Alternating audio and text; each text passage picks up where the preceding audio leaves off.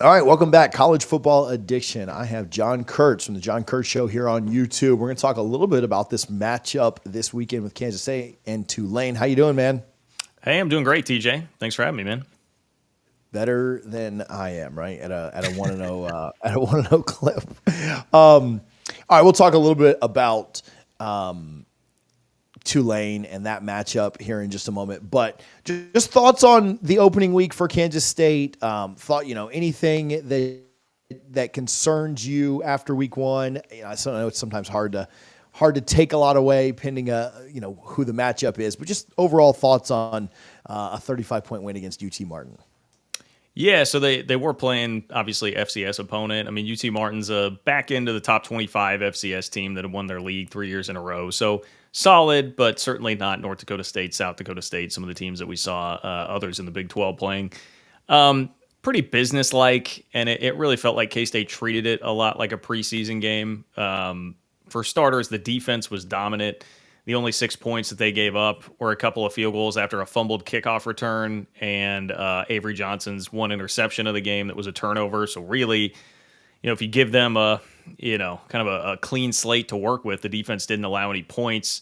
They gave up under 40 rushing yards on 30-plus rushing attempts. It was just over a yard per carry that they allowed. So pretty dominant, and that was kind of the expectation that the defense was going to be ahead of the offense. There's a lot of buzz about the defense coming out of fall camp and how good they can really be, and they did that even while being a little bit banged up at linebacker, which I think they'll get some help with that back on Saturday against Tulane. So that was the good. Special teams also scored for them, got a block punt. The kicking situation, which there was some concern about this year, looked pretty good, both kicking and punting in week one. Now, obviously, I'm avoiding the offense here, and there's a lot of hype about Avery Johnson and company, and for the most part, the offense did fine. It was just the passing game is what needs some work. Clearly, they could run the ball. DJ Giddens, who's one of the best running backs in the country, went over 100 yards. He just did DJ Giddens things, looked like himself. A pretty new offensive line where they lost a lot last year was actually really impressive to me. But it just seemed like Avery Johnson a lot of times was locking in on his first read, not getting through the rest of the reads, missed some open receivers. When he ran, the offense looked great, but they did not do that very much. In fact, he only had one actual designed quarterback run. So that was a part of it. If they wanted to really get out and score, they could have done it with his legs. I think it's clear. Like, they know they're going to have to throw the ball better than they did on Saturday to actually win at the clip that they want to this year. So that's kind of the concern coming out of the game, I think, for K-State fans is like, hey, everything looked pretty good and like it should, and Avery Johnson has a world of talent and has great arm talent. It's just going to take some time probably as a true sophomore for him to develop some consistency there in the passing game. So you get Tulane this week, double-digit favorite, ESPN's FPI, which I don't necessarily think is the end-all, be-all, but just from another point of reference, says you guys have about a 55% chance of winning that game. So not as friendly as Vegas. They're based on the advanced analytics, the metrics. They also played Southeast Louisiana or something like not again, it almost reminds me of like, having the Southeast there, if we have any Southeast Louisiana fans tune in, I'm very sorry. But it almost reminded me of playing a video game, and it's like FCS Southeast. Yeah. I was like, yeah, that is it. So, but got to go and play Tulane. What is it about Tulane that probably gives you the most? We'll start more positive. Where do you think they can take advantage of? What's the matchup that you feel like Kansas State has an edge in there?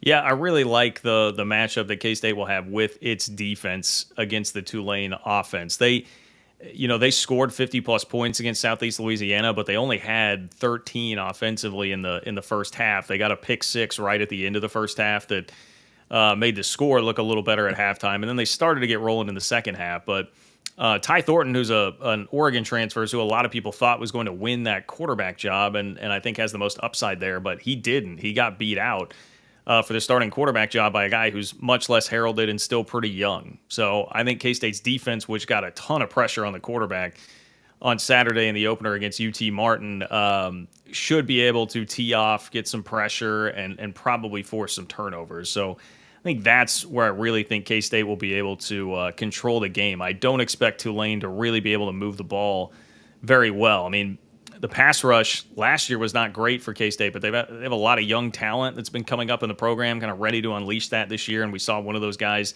Toby Osensami have a 1.5 sacks, and he had another one literally in his grasp, let it go away. It would have been 2.5 sacks, and he had 6 pressures on 10 snaps. So he's a guy that can really get after it as a pass rushing specialist. I think they'll kind of unleash him and Desmond Purnell, a linebacker, flying all over the field, and the secondary is probably the strength of the defense. So I don't think Tulane is going to have a very easy time scoring much. I think as long as K-State can manufacture a couple of scoring drives from their offense, they probably will be okay here. But it is interesting you bring up the numbers, because I've seen a lot of variance there. I've seen some people looking at it saying, hey, my model actually has this as more like K-State by 2 touchdowns. So they're pretty enticed by seeing the line anywhere from -8 to -10.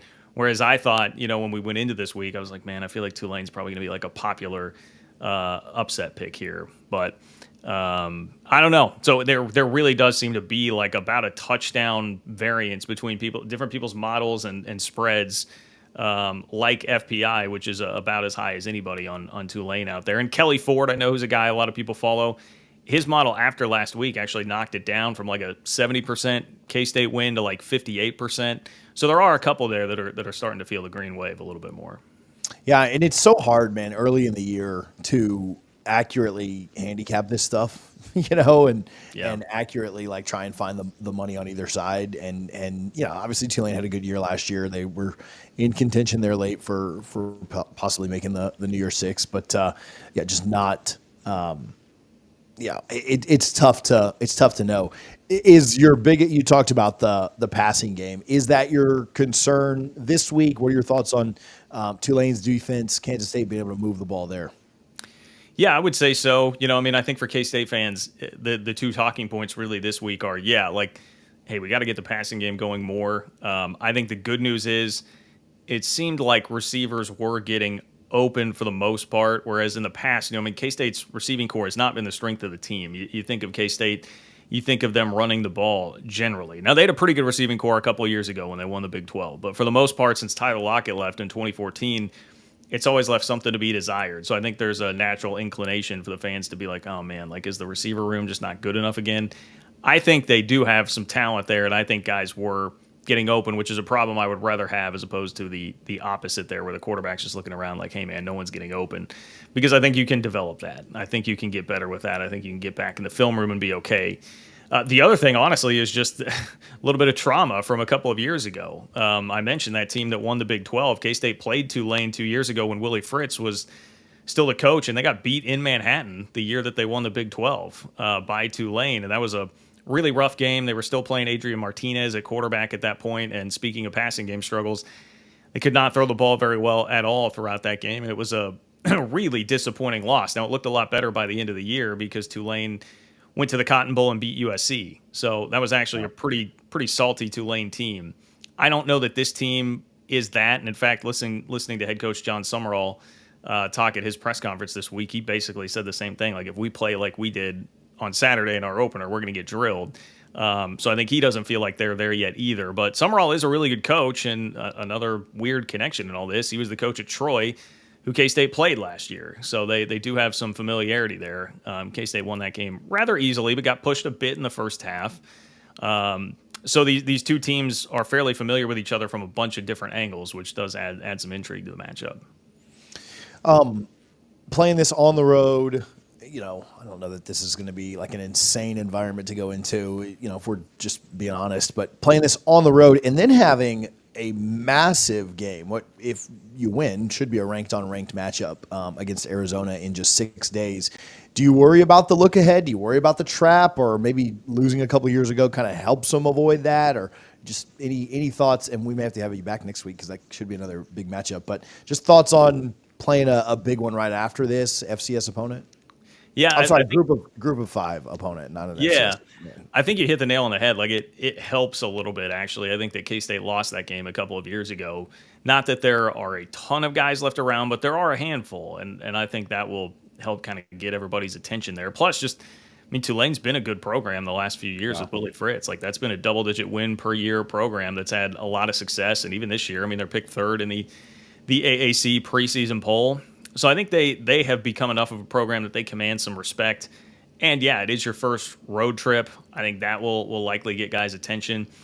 I did see, people talking on Twitter today about the fact that there are a lot of empty seats remaining. So I don't expect it to be a super packed house or raucous environment, but you do have to worry about, I think, like the heat and humidity and what that can do, and maybe utilize some depth there, go a little bit deeper with your rotations. But K-State did a lot of that anyway in week one. So I don't have a ton of concern about that, and I think they will be really up for the Arizona game. Honestly, the one I worry about a little bit more is after that they have to go to BYU, and that's in between games with Arizona and a road trip to Colorado, which will obviously be pretty high-profile matchups just based on the caliber of opponents there. So I'm not totally worried. I could be wrong, but I think you will get a pretty focused effort out of them. The other thing that helps too is I think especially the offense knows, like, hey, we could have been a lot sharper in week one. We only scored 13 offensive points in the first half. Like, we need to be better.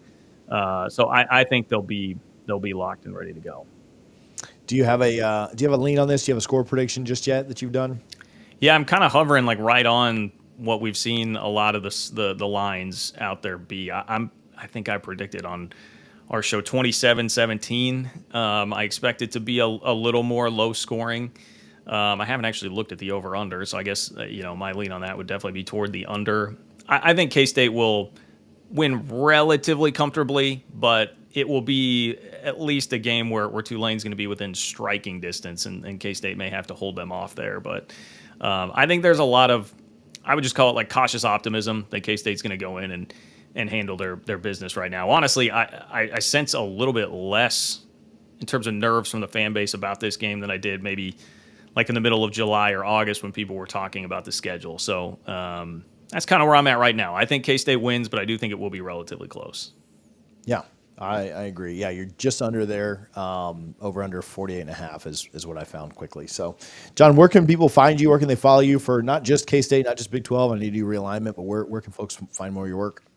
Yeah, appreciate that. On YouTube, it's just John Kurtz, JohnKurtz on YouTube. If you want to check out the live shows on Wednesdays and Sundays, and the other content that's there, a lot of realignment and a lot of Big 12, and just everything going on in college football. If you're a Big 12 fan, check out my newsletter. It's called Open for Business, ofbnews.com, to get subscribed to that. And if you're a K-State fan, I do the 3 Maw podcast, like EMAW, but with a 3, wherever it is that you find your podcast. And you can follow me on Twitter at JOKurtz. Awesome. Thanks, buddy. I appreciate you. No problem, TJ. Anytime, man.